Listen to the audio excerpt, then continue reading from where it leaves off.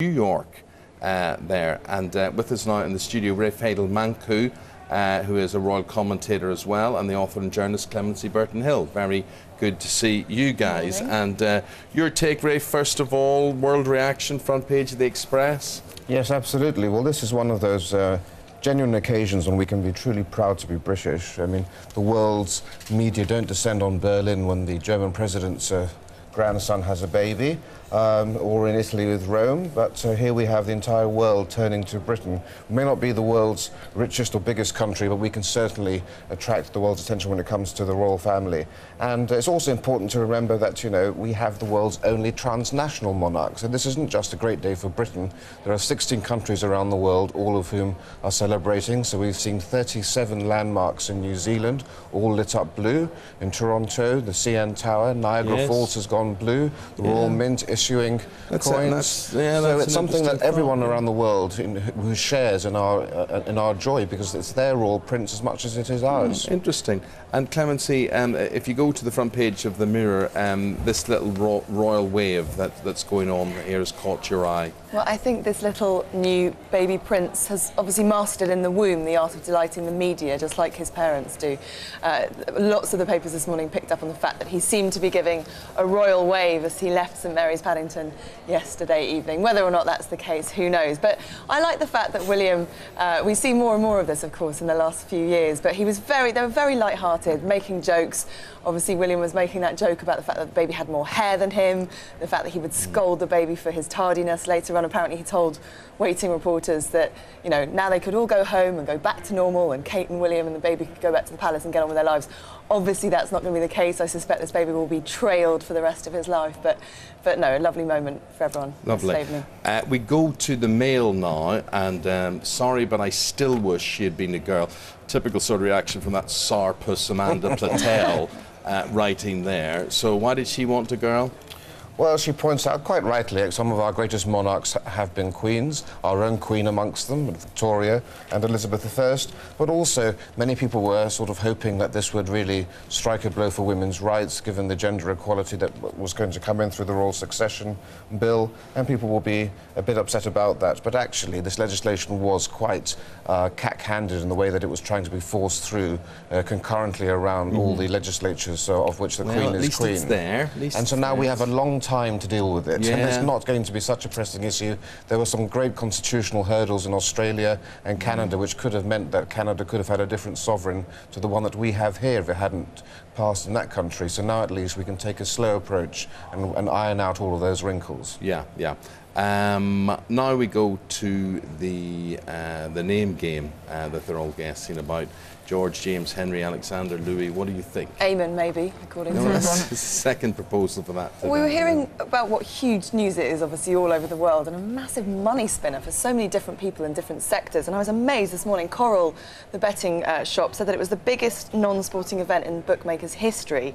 Paddy Power reported taking £390,000 in just 3 hours as people frantically try and work out what this poor baby's going to be called. But of course, it's partly in royal tradition to keep everyone waiting. The Queen took a month before she announced the name.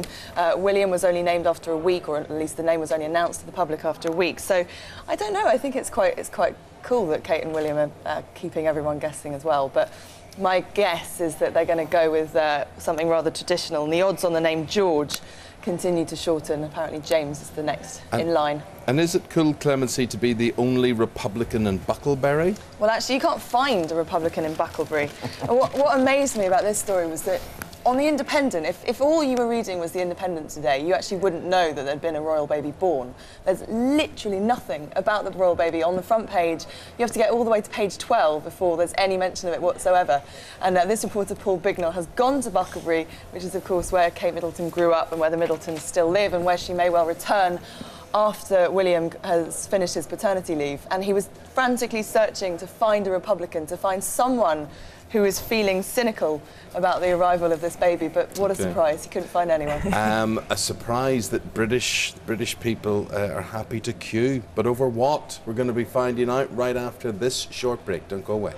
Now, yesterday morning at this time, Charlotte and I were standing outside Buckingham Palace, which was very, very nice, but But those people who were gathered, there were terrible thunderstorms, weren't there? There were. All of a sudden, the rains, the heavens opened, the rains came down. But here you can see people queuing to get a glimpse of that easel where the notice of the birth was put on. And we were talking to people, weren't we, who said it was all very orderly, that everyone was queuing up and very well behaved in order to go up and take a photo. But you see, the funny thing is, Rafe, it's like as if they're queuing to see the Mona Lisa at the Louvre or something. It's amazing. It was just a piece of paper. If you get up close to even the frame itself, which was being celebrated as some wonderfully ornate decoration, is actually much more small when you see it in person. But it's part of the theatre now. It's become a new tradition. I mean, it's a bit of a shame that they chose to release the announcement by press release and email rather than create the anticipation of seeing the car come over to the palace from the hospital. That was a bit of a shame. I think in this day and age, though, you were never going to stop journalists breaking that on Twitter. It was inevitable because of Twitter. You know, we had all the gun salutes and the pomp and pageantry, but of all of those ceremonies, probably queuing in the rain is the most quintessentially British way to mark the birth of a new royal. Let's finish, Clemency, by talking about the Booker Prize, and different this time, what's being called a digital first. Yeah, a bit of a digital revolution, but I like the fact that the Man Booker Prize actually used Twitter yesterday to post an image of the long list, which was just announced on an easel outside Buckingham Palace. They then had to delete that tweet, but obviously they were keeping in the theme of the day.